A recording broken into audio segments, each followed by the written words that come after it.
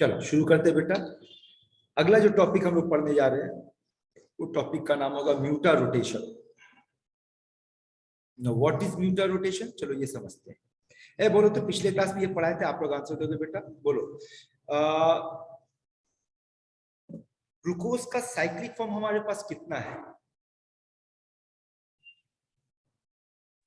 तो 2 अल्फा और beta. 2 alpha beta. 2 alpha और बीटा ना? बीटा। अल्फा डी ग्लूकोज जो होगा बेटा, ठीक है, इसका स्पेसिफिक रोटेशन पाया गया है +112। और जब इसको पानी में डाला जाता है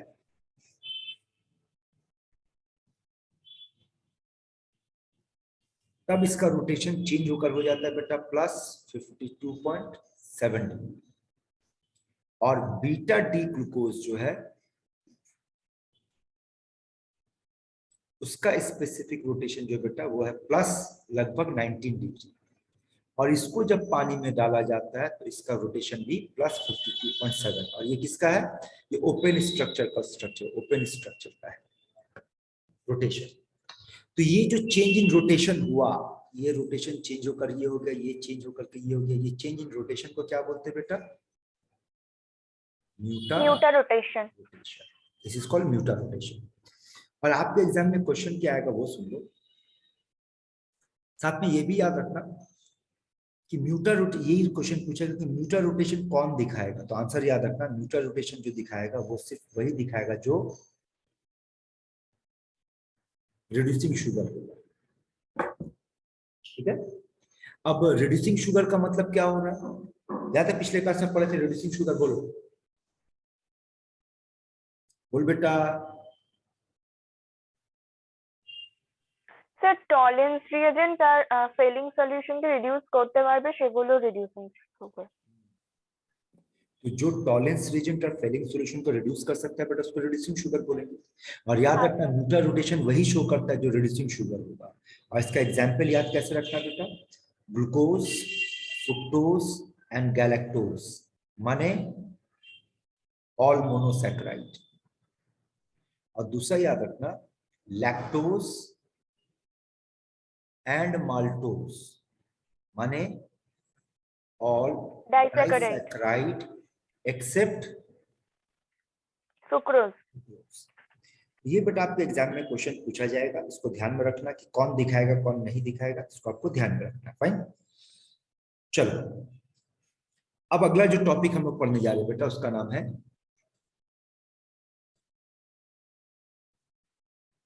ग्लाइकोसाइडिक लिंकेज व बॉन्ड, ठीक है।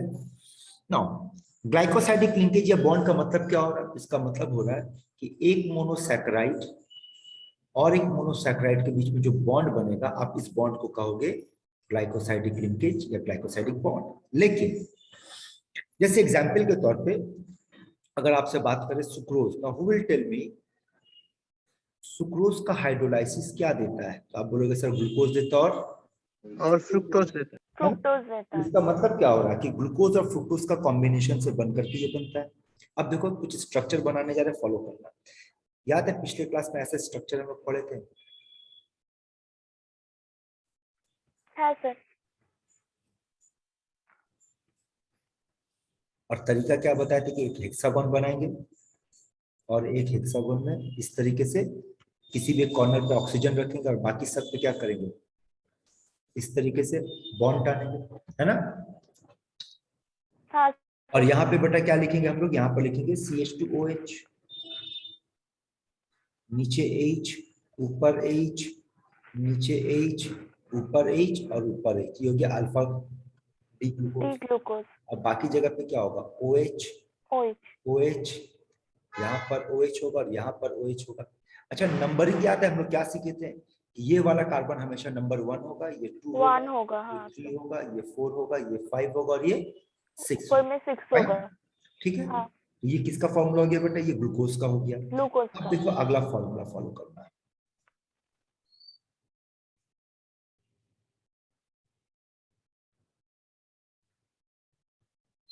इन सब में आपको एक एक लाइन टानना है। इस तरीके से। यहाँ पे होगा CH2OH, नीचे होगा H, यहाँ पर OH, यहाँ पर होगा H, यहाँ पे होगा OH, यहाँ पे होगा OH, यहाँ पे होगा H, और यहाँ पे होगा H, और यहाँ पे होगा CH2OH। ठीक है। अब इन दोनों में ये कौन है? ये आपका ग्लूकोज है, और ये कौन है बेटा? ये फ्रुक्टोज है। फ्रुक्टोज। अब अगर इन दोनों में बॉन्डिंग होगा तो अच्छा, नंबरिंग पे भी बात कर ले। बोल बेटा, यहाँ पे याद रखना, ये नंबर 1 पे काउंट होगा। 1 होगा। ये नंबर 1 पे काउंट होगा, तो ये सेकंड नंबर ऑफ कार्बन, ये थर्ड है, ये फोर्थ है, ये फिफ्थ, और ये 6 कार्बन है। तो यहाँ पर जब बॉन्डिंग होता है तो बॉन्डिंग के टाइम पे ये वाला पार्ट पानी बनाकर निकल जाता है। पानी बनाकर निकलने के बाद जो बच रहा बेटा, हम ऊपर लिख रहे, फॉलो करना। पानी निकलने के बाद बाकी चीज हम नहीं लिख रहे, सिर्फ जो बचेगा बस वही लिख रहे।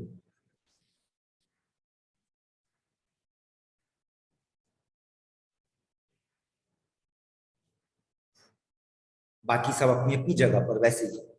ये जो बॉन्डिंग बना, आप इसको कहोगे क्या? ग्लाइकोसाइडिक बॉन्ड या ग्लाइकोसाइडिक लिंकेज। अब देखो यहां से क्या क्या क्वेश्चन आएगा। बोर्ड लेवल पे तो सिर्फ इतना ही पूछेगा, ग्लाइकोसाइडिक लिंकेज या डायग्राम से पूछेगा आपसे। दूसरा, आपको और डिटेल में ये याद रखना होगा कि जब सुक्रोज में ग्लाइकोसाइडिक लिंकेज बनता है तो उसमें ग्लूकोज का 1C और सुक्रोज का, बोलो रे, सॉरी सुक्रोज बोलो, फ्रुक्टोज का, फ्रुक्टोज कहाँ से? वो तो 1C और 2C क्या लिखना चाह रहे हैं? पोजीशन लिख रहे हैं बेटा, समझ सर फर्स्ट कार्बन और सेकंड हाँ। कार्बन। ना सेकंड कार्बन एक में नंबर कार्बन और फ्रुक्टोज का 2 नंबर कार्बन के बीच में ग्लाइकोसाइडिक लिंकेज बनता है। समझा बात? हाँ सर। ये आपको, हाँ बोलो। जी सर। ठीक है, तो इस तरीके से ग्लाइकोसाइडिक लिंकेज का फॉर्मेशन होता है। अब आप बात करते हैं, अगले टॉपिक पे चलते हैं। Next, amino acid. और व्हाट इज अमाइनो एसिड? ऐसा जिसमें आपको एक NH2 ग्रुप मिलेगा और एक COO ग्रुप मिलेगा। अब अगर आपके पास ऐसा कोई सिनेरियो होगा, NH2 CH2 COOH, या फिर आपके पास ऐसा कुछ scenario NH2 CH2 CH2 COOH, या फिर कुछ ऐसा मामला है बेटा NH2 CH2 CH2 COOH, और भी एक एग्जांपल ले ले, NH2 CH2 CH2 COOH। इस मामले में ये वाला जो अमाइनो एसिड है इसका नाम होगा अल्फा अमाइनो एसिड। क्यों? क्योंकि फंक्शनल ग्रुप में के रेस्पेक्ट में, जो मेन फंक्शनल ग्रुप है उसके रेस्पेक्ट में बेटा अमाइनो ग्रुप किस कार्बन के साथ अटैच है? अल्फा के साथ। ये मेन फंक्शनल ग्रुप है, ये अल्फा कार्बन, ये बीटा कार्बन, तो इस अमाइनो एसिड का नाम क्या हो जाएगा? Beta amino acid. यहाँ पर एक और CH2 आना चाहिए, एक और CH2। तो बोलो, ये अल्फा, ये बीटा और ये गामा, तो इस अमाइनो एसिड का नाम क्या होगा? Gamma amino acid. इसका नाम अल्फा, ये बीटा, ये गामा, ये डेल्टा, तो इसका अमाइनो एसिड का नाम क्या होगा बेटा? Delta amino acid. तो डिपेंडिंग ऑन पोजीशन आप अमाइनो एसिड को अलग अलग तरीके से क्लासिफाई कर सकते हो। लेकिन याद ये रखना कि हम लोग जो प्रोटीन पढ़ते हैं, बोलो प्रोटीन का जो मोनोमर होता है वो कौन होता है? Amino acid. अमाइनो एसिड ना। लेकिन हाँ, कौन सा अमाइनो एसिड? तो आंसर होगा अल्फा अमाइनो एसिड। ठीक है, समझ में आई ये बात? प्रोटीन का अमाइनो एसिड जो होगा वो हाँ, अल्फा अमाइनो एसिड होगा। ठीक है, अब देखो अमाइनो एसिड, अगले पेज में अमाइनो एसिड का जो जनरल स्ट्रक्चर है, जनरल स्ट्रक्चर वो पाया गया है इस तरीके से। आप याद रखना है कि NH2C, यहां पर होगा एक H, यहां पर होगा R, और यहां पर होगा COOH। यह अमाइनो एसिड का जनरल स्ट्रक्चर। जहां पर R की जगह पे आप अलग अलग वैल्यू रखोगे तो आपके पास अलग अलग अमाइनो एसिड का स्ट्रक्चर बनेगा। जहां पर अगर R की जगह पे आप H रख देते हो तो अब ये क्या बन जाएगा? ग्लाइसिन। CH2COOH। तो इसका नाम क्या है? ग्लाइसिन। अब ग्लाइसिन के 2 इंफॉर्मेशन याद रखना। हमारे पास टोटल 20 अमाइनो एसिड है। 20 में सिंपलेस्ट अमाइनो एसिड कौन है? ग्लाइसिन। और जितना भी अमाइनो एसिड है हमारे पास 20, सब का सब ऑप्टिकली एक्टिव है एक्सेप्ट ग्लाइसिन, तो ग्लाइसिन इज ऑप्टिकली इनएक्टिव, याद रखना। बाकी सब का सब ऑप्टिकली एक्टिव है, सिर्फ ग्लाइसिन जो होता है वो ऑप्टिकली इनएक्टिव होता है, क्योंकि यहाँ पर कार्बन का कायरलिटी खो दिया, कार्बन के पास कायरलिटी नहीं है, ये अकायरल कार्बन। ठीक है, अब एक और बात सुनो, यहाँ पे एक लैंग्वेज समझो। अमाइनो एसिड के साथ अगर अमाइनो एसिड को जोड़ दिया जाए तो ये कहलाएगा डाइपेप्टाइड, आप इसको बोलोगे डाइपेप्टाइड। और दो अमाइनो एसिड को जो जोड़ रहा है उसका नाम क्या होगा? Peptide peptide bond. बॉन्ड या पेप्टाइड लिंकेज कहा जाएगा, पेप्टाइड लिंकेज। अगला पॉइंट देखो, अमाइनो एसिड के साथ एक और अमाइनो एसिड के साथ एक और अमाइनो एसिड जोड़ दिया जाए तो इसका नाम क्या होगा? पॉलीपेप्टाइड। ट्राइपेप्टाइड, हाँ ट्राइपेप्टाइड। हाँ सर। तो यहां से क्वेश्चन बनता है कि नंबर ऑफ पेप्टाइड बॉन्ड कितना होना चाहिए किसी भी पॉलीपेप्टाइड में। तो देखो आंसर होगा n-1। हाँ, यहाँ पर n का मतलब क्या होगा? Number of amino acid. Amino acid. बताया समझ में? ठीक है, अब आओ अगले टॉपिक पे, पेप्टाइड लिंकेज। ये इंपॉर्टेंट है बेटा, स्कूल लेवल पे पूछता है, यहाँ फॉलो करो। अगर हम लोग बात करते हैं NH2C, यहाँ पर H, यहाँ पे R और यहाँ पे COOH plus NH2CH R COOH। अब यहाँ पर क्या होगा कि आपका एसिड का OH और ये H मिलकर के बॉन्ड बना करके निकल जाएगा। अब जो चीज बच रहा उस पे ध्यान दो, NH2CH C double bond O NHCH COOH। यहाँ पे ये वाला जो सेक्शन है इसका नाम होगा पेप्टाइड बॉन्ड या पेप्टाइड लिंकेज, पेप्टाइड लिंकेज। साथ ही साथ एक और चीज सुन लो, अगर ईस्टर पॉलीमर बनाता तो उसको क्या कहते हैं बेटा? Polyester. Phosphodiester polyester, linkage. Polyester है ना? पॉलीस्टर, हाँ हाँ। हाँ और अगर एमाइड बनाएगा ईस्टर तो सॉरी पॉलीमर तो पॉलीअमाइड। पॉलीअमाइड है ना? है। और याद रखना इस वक्त जो आप पेप्टाइड लिंकेज देख रही है फंक्शनल ग्रुप वाइज क्या है? ये अमाइड है। अमाइड है। और मतलब ये होता है कि जो प्रोटीन है, प्रोटीन तो एक पॉलीमर है। हाँ, अगर आपसे पूछा जाए प्रोटीन का जो पॉलीमर है वो किस कैटेगरी में आएगा तो उसका आंसर होगा पॉलीअमाइड। पॉलीअमाइड। पॉलीअमाइड के कैटेगरी में। ठीक है, हाँ सर। अब देखो एक और इंटरेस्टिंग क्वेश्चन आपके सामने आने वाला, अगला पॉइंट को देखो।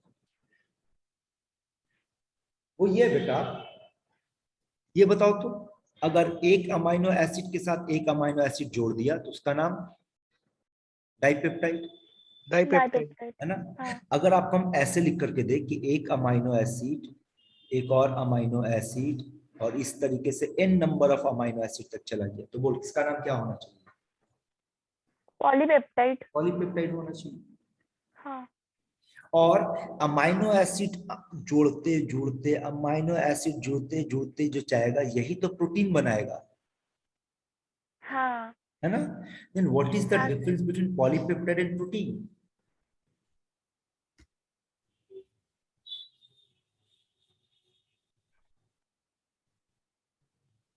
सर कॉइल्ड है प्रोटीन और पॉलीपेप्टाइड स्ट्रेट। आंसर सुनो, किसी पॉलीपेप्टाइड का अगर मॉलिक्यूलर वेट 10,000 से ज्यादा हो जाए तभी उस पॉलीपेप्टाइड को आप क्या कहोगे? प्रोटीन। ठीक है, so this is the difference between what? Polypeptide and protein. Protein. ठीक है, तो यहां से एक और स्टेटमेंट बनता है that all proteins are polypeptide but all polypeptides are not protein. क्योंकि अगर पॉलीपेप्टाइड को प्रोटीन होना पड़ेगा तो उसके लिए उसको क्या करना पड़ेगा? बोल, उसका मॉलिक्यूलर वेट 10,000 से मॉलिक्यूलर। ज्यादा होना चाहिए। हाँ। ठीक है, यहाँ तक अब सुनो, बायोमोलिक्यूल्स में बेटा अगर सबसे ज्यादा स्कूल लेवल पे क्वेश्चन कहीं से पूछता है तो थोड़ा सा एरिया समझ लो। एक तो ग्लूकोज से पूछेगा बेटा, कार्बोहाइड्रेट में सबसे ज्यादा क्वेश्चन, और अमाइनो एसिड में अगर जो सबसे ज्यादा क्वेश्चन पूछेगा तो इस टॉपिक से पूछेगा जिसका नाम है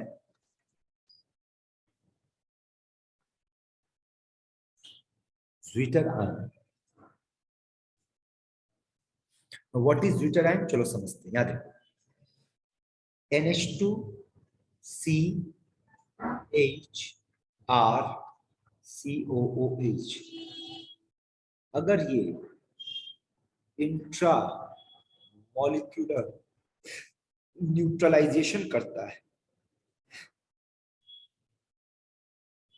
इंट्रामोलिकुलर न्यूट्रलाइजेशन का मतलब क्या हुआ बेटा, कि एक ऐसा न्यूट्रलाइजेशन प्रोसेस जिसमें एक ही मॉलिक्यूल में एसिड और बेस दोनों हो। तो अब अगर आप एनालाइज करोगे तो आपके पास इसमें ये कौन है, ये बेस है, और ये कौन है, ये एसिड है।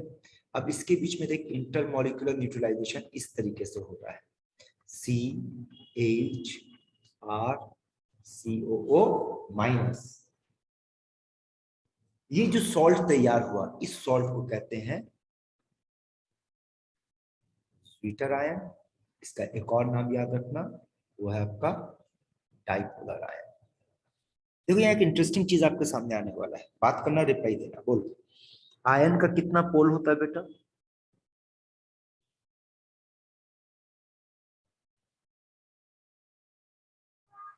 तुम लोग आवाज सुनाई दे रहे रे?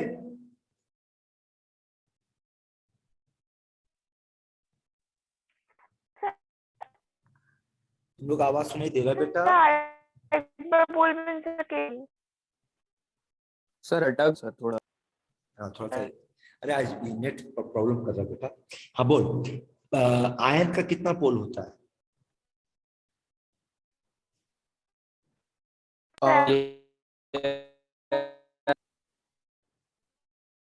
जवाब सुनो, किसी भी आयन का, मान लो ये कटायन है या ये अनायन है, किसी भी आयन का एक ही पोल होगा, ओनली वन पोल। लेकिन देखो तो यहाँ पर आयन को क्या कहा गया है, एक्चुअल बात है को समझना कि ये जो आपके पास आयन है, इसको क्या नाम से पुकारा गया, डाइपोलर आयन, मतलब एक ऐसा आयन जिसका दो पोल होता है। अब एक सवाल का जवाब दो, अगर इस आयन को आप इलेक्ट्रिक फील्ड में डाल देते हो तो ये किधर भागेगा, कैथोड की तरफ भागेगा या एनोड की तरफ भागेगा? सोचो तो लॉजिकली। दूध ही तो देते पारे। विश्व जी बोल, कहाँ जाएगा?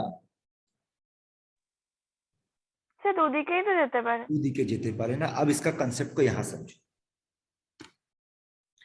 ये जो ज्विटर आयन है बेटा, NH3+ CHRCO-,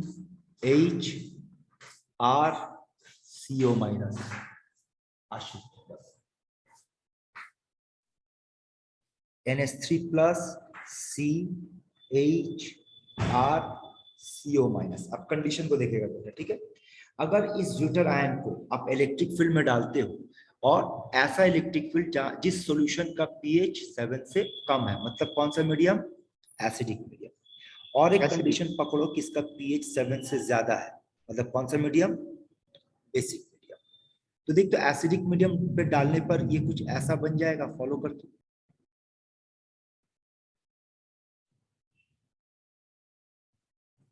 बिल्कुल सर, है ना।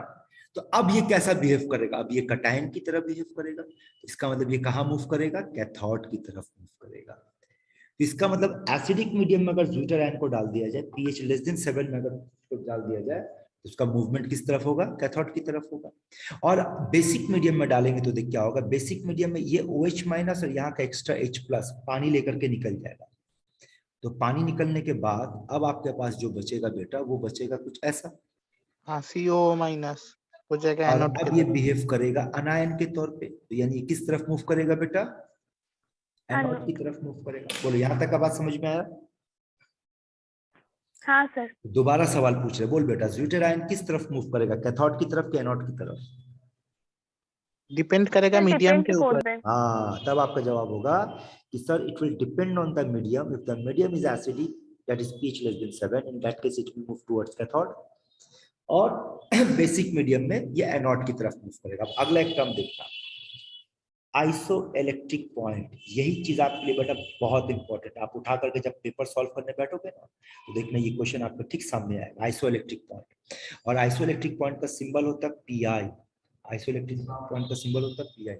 मैं आज तो कुछ বেরোচ্ছে না আমার সঙ্গে কোনো ভাবে যেন মিস না দেখা করেই যাবে, দেখা করে আসবে ক্লাসে, ঠিক আছে बेटा। आइसो इलेक्ट्रिक पॉइंट, ठीक है, सिंबल क्या है बेटा इसका pi. What is iso electric point, तो ध्यान से सुनो। आइसो इलेक्ट्रिक पॉइंट क्या है, तो बोलेगा सर ये एक पीएच है। बोले कौन सा पीएच है, बोले ऐसा पीएच है जिस पीएच पे ज्विटर आयन जो होगा वो नाइदर कैथोड नॉर एनोड की तरफ मूव करेगा, यानी वो अपना मूवमेंट रोक देगा।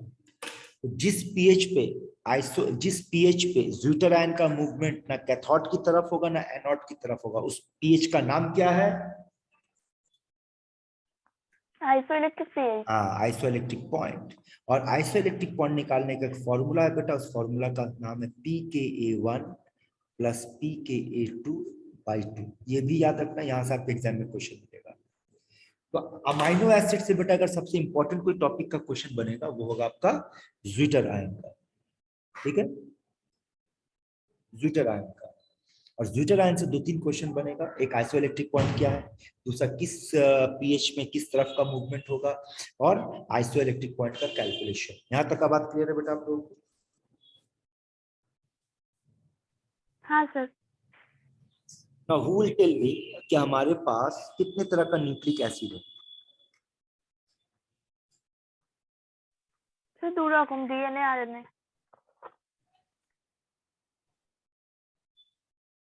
नाउ अब यहाँ पे कुछ बात करते सुन। हमारे पास नाइट्रोजिनस बेस 2 कैटेगरी में बांटा गया, क्या क्या बेटा? प्यूरिन और पिरिमिडिन। यार पिरिमिडिन। प्यूरिन के अंदर का एग्जांपल बोल क्या क्या है? एडेनिन और गुआनिन गुआनिन। एंड एडेनिन ना। हाँ। और पिरिमिडिन का एग्जांपल में क्या क्या आएगा? साइटोसिन, थायमिन और यूरासिल, यूरासिल। ठीक है। अब हाँ सर। नाइट्रोजनस बेस के साथ अगर पेंटोज शुगर को जोड़ दिया जाए तो जो चीज तैयार होगा उसका नाम क्या होगा बेटा?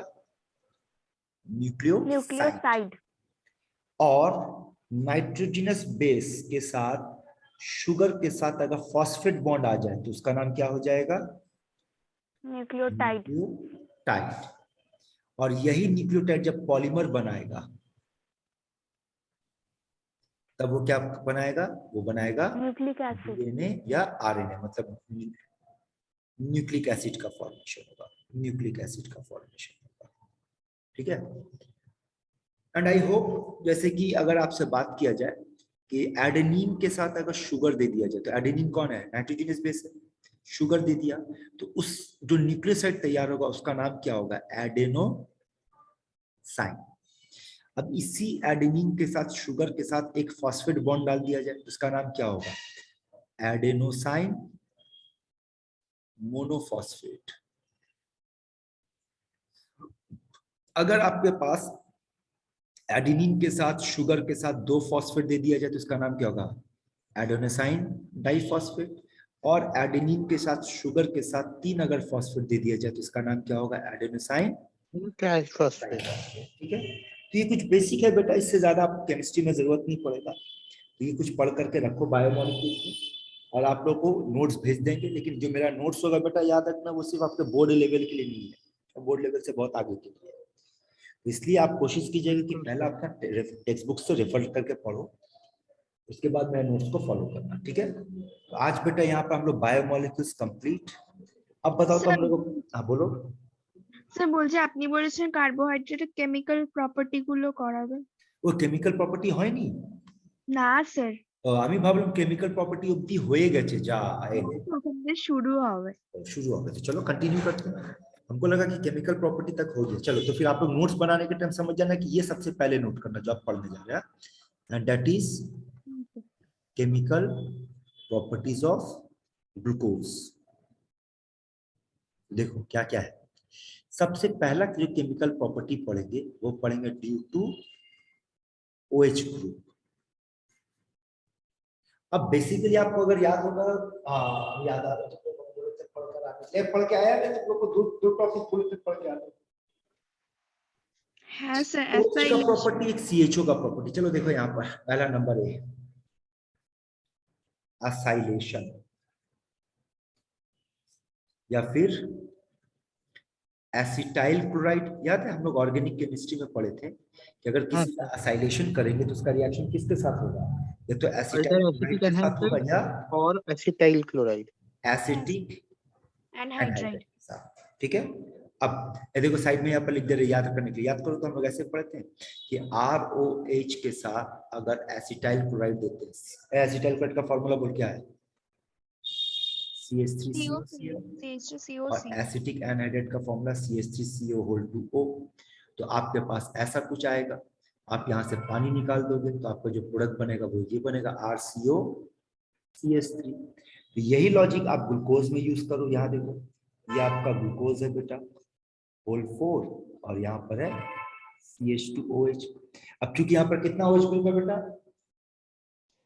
सर 5। 5, तो हाँ। 5 OH ग्रुप का मतलब आपको यहाँ पर 5 बार एसाइलेशन करना होगा। और ये भी ले सकते हो, यू कैन टेक आइदर, ये भी ले सकते हो। अब अगर ये होगा तो अब प्रोडक्ट देखो, CHO तो अपना वैसे ही रहेगा। अब लॉजिक देखो तो क्या बनना चाहिए, CHO और H के जगह पे कौन आ जाएगा, COCH3, ऊपर से मिला होल 4। हाँ नीचे सर। क्या आएगा, CH2O, और H निकल जाएगा, उसके जगह पे कौन आएगा, COCH3 COCH। प्लस। अगर CH3COCl लोगे तो बेटा आपका बाई प्रोडक्ट होगा 5HCl, और अगर आप एसिटिक एनहाइड्रेट लोगे तो आपका जो बाई प्रोडक्ट होगा वो होगा 5 एसिटिक एसिड, ये बाई प्रोडक्ट हुआ। और ये आपका मेन प्रोडक्ट हुआ, और इस प्रोडक्ट का नाम होगा ग्लूकोज पेंटा एसीटेट, इसका नाम ग्लूकोज पेंटा एसीटेट। ठीक है, ये हुआ बेटा ड्यू टू OH ग्रुप का पहला प्रॉपर्टी, असाइलेशन। अब दूसरा property,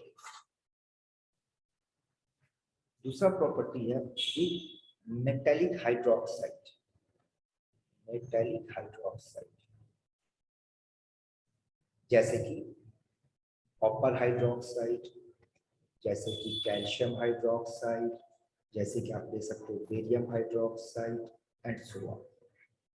it has been found, पाया गया है। यहाँ देख रिएक्शन का पैटर्न कैसा है। एक तो ये ग्लूकोज है,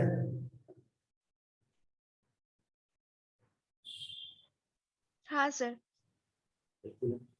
इस ग्लूकोज के साथ अगर हम HOCaOH, क्या मिला है बेटा, कैल्शियम हाइड्रोक्साइड, और यहाँ से देख ग्लूकोज का OH, और ये पार्ट आगे निकल जाता है, और ये फॉर्म करेगा C6H11O5 OCaOH।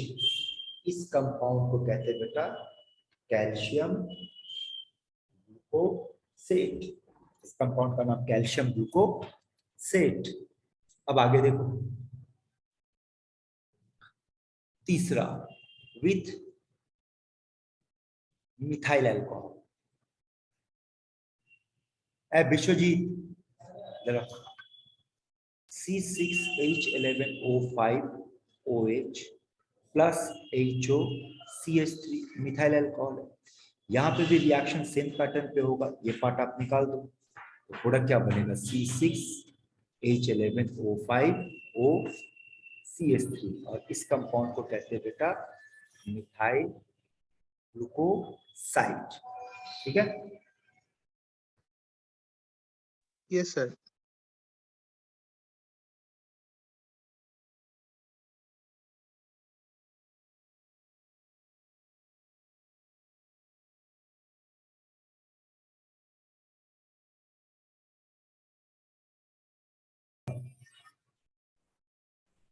ये 3 रिएक्शन है बेटा based on what,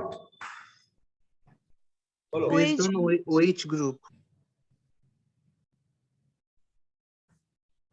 OH group. अब देखो चौथा नंबर विथ PCl5। अगर आपको याद होगा तो आपको ऐसा कुछ पढ़ाया गया था कि ROH के साथ अगर PCl5 देंगे तो प्रोडक्ट होगा बेटा RCl, POCl3 और POCl3 और है ना। HCl। तो अगर हाँ। यही लॉजिक हम ग्लूकोज में अप्लाई करते हैं तो यहाँ पर होगा CHOH होल 4, और ये क्या होगा बेटा आपका CH2OH।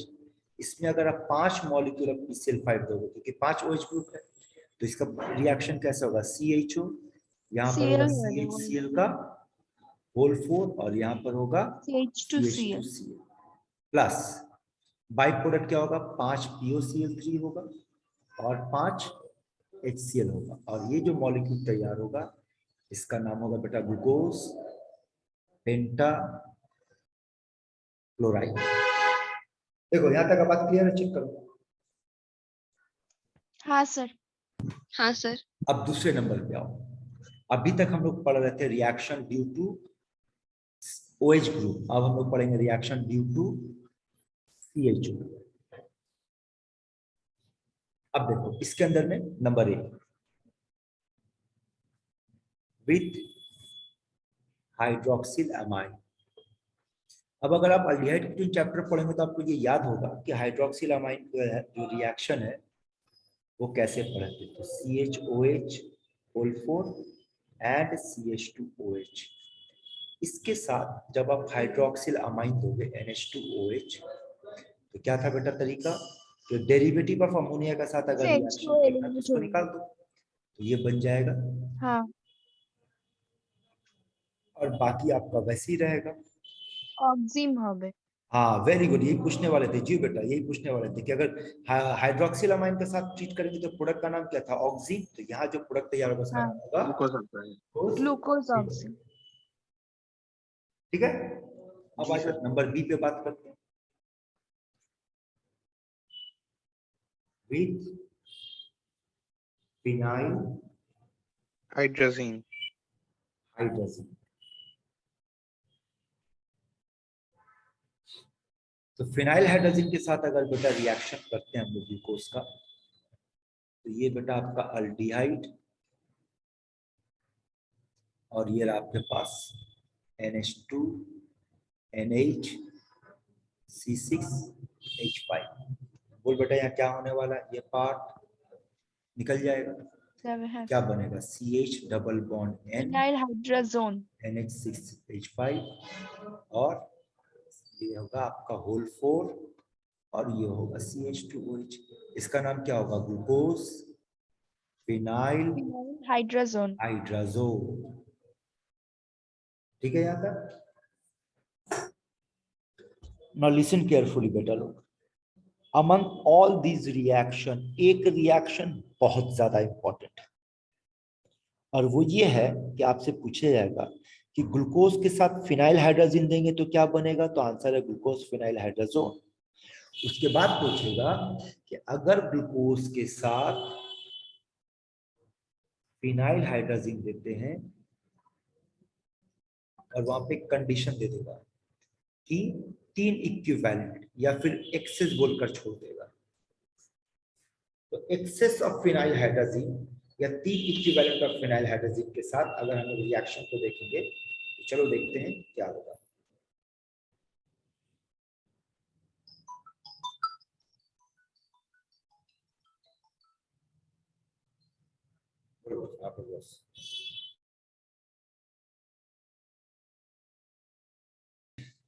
वापस आते फिर से क्या पढ़ रहे थे बेटा? हम लोग पढ़ रहे हैं कि फिनाइल हाइड्रोजन के साथ अगर एक्सेस में रिएक्शन होगा तो प्रोडक्ट क्या बनेगा। तो पहले तो याद रखना कि अगर 1 मोल का रिएक्शन होगा तो 1 मोल का प्रोडक्ट क्या बनेगा? बोल। सर 1 मोल का प्रोडक्ट बनाएगा ग्लूकोज फिनाइल हाइड्रोजोन 1 मोल का, है ना? हाँ।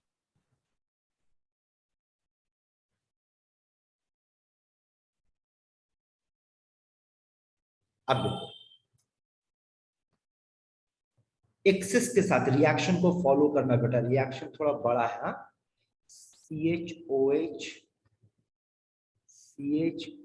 Whole 3 and CH2OH। इसके साथ जब पहला मॉलिक्यूल ऑफ फिनाइल हाइड्रोजन आप दोगे तो उसी पैटर्न पे रिएक्शन होगा, ये पार्ट बेटा पानी लेकर के निकल जाएगा और आपका प्रोडक्ट ये बनेगा NHC6H5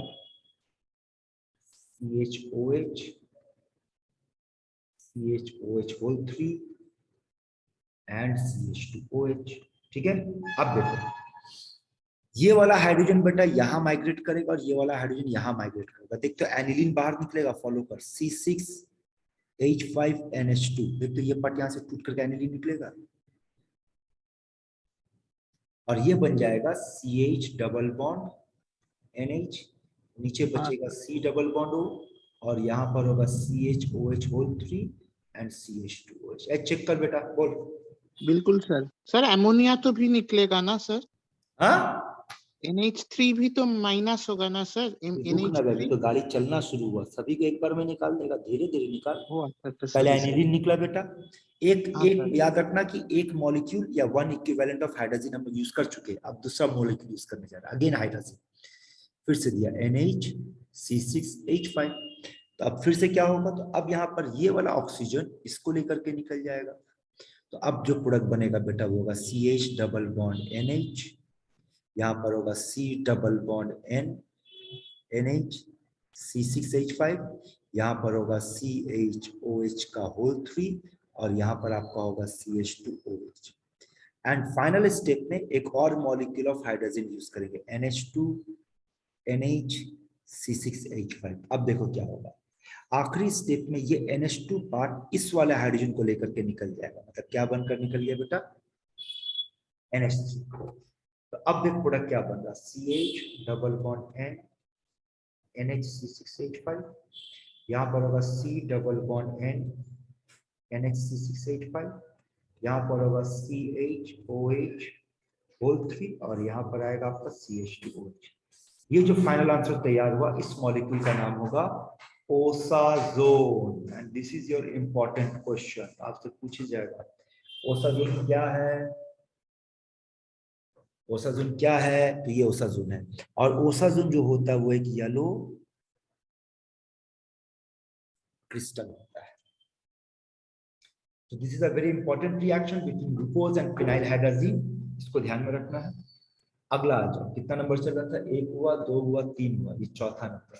अब देखो ऑक्सीडेशन फॉलो करना, CHO CHOH होल 4 CH2OH। अगर आप ग्लूकोज को Tollens reagent, Fehling solution, bromine water, periodic acid और डाइल्यूट नाइट्रिक एसिड, तो देखो कब कब क्या मिलेगा। पहला 3 में ये अल्डिहाइड ऑक्सीडाइज होकर के COOH हो जाएगा, बाकी पार्ट वैसे ही रहेगा होल 4 और यहाँ पर आएगा आपका CH2OH। इस कंपाउंड का नाम होगा ग्लूकोनिक एसिड। HiO4 देने पर आपको 5 फॉर्मिक एसिड मिलेगा और 1 फॉर्मल्डिहाइड मिलेगा, और नाइट्रिक एसिड के साथ ट्रीट करने पर ये भी ऑक्सीडाइज होगा, ये भी ऑक्सीडाइज होगा, मतलब ऊपर हो जाएगा COOH, नीचे घटाएगा आपका होल 4 और इसके नीचे आ जाएगा COOH। इस कंपाउंड का नाम होगा सैकरिक एसिड। ठीक है, ये हो गया बेटा ऑक्सीडेशन ऑफ ग्लूकोज। अब अगला रिएक्शन पढ़ते हैं, 5 नंबर, रिडक्शन ऑफ ग्लूकोज। तो ग्लूकोज को रिडक्शन करने के आपके पास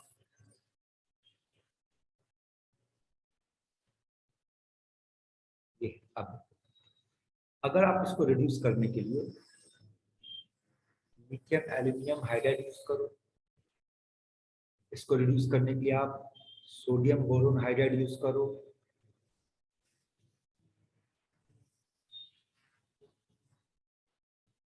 इसको रिड्यूस करने के लिए एमलगमेटेड सोडियम इन वाटर ये यूज करो, या इसका रिडक्शन करने के लिए आप रेड फास्फोरस और HI। तो पहला चीज में बेटा ये अल्डिहाइड पार्ट रिड्यूस होकर के CH2OH CHOH whole 4 and CH2OH ये कंपाउंड देगा, जिस कंपाउंड का नाम है सॉर्बिटॉल। और रेड फास्फोरस के साथ ट्रीट करने पर आपको जो प्रोडक्ट मिलेगा वो है N-हेक्सेन। तो मोटा मोटी अगर आप देखोगे बेटा तो जो कुछ भी आप ऑर्गेनिक केमिस्ट्री में पढ़े वही सारा रिएक्शन है। एक अगर आपको कुछ एक्स्ट्रा दिखा होगा तो वो है आपका ओसाजोन। ओसाजोन को छोड़ करके बाकी सब का सब वही रूल फॉलो किया गया जो आपको अल्डिहाइड कीटोन या अल्कोहल चैप्टर में पढ़ाया गया कि किसके साथ क्या रिएक्शन होगा। तो यहाँ पर टोटल 5 केमिकल प्रॉपर्टीज पढ़े बेटा, 4 ड्यू टू OH ग्रुप और 5 ड्यू टू CHO। और एक्चुअली 5 नहीं, 5 से कहीं ज्यादा है, एक एक अंदर में कई सारा है। तो यहाँ तक का मैटर क्लियर है बेटा लोग?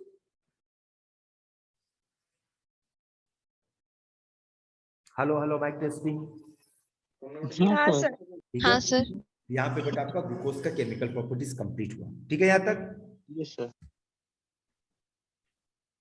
तो आज का क्लास यहीं तक बेटा। अब आगे का क्लास का स्ट्रेटेजी सुन लीजिए।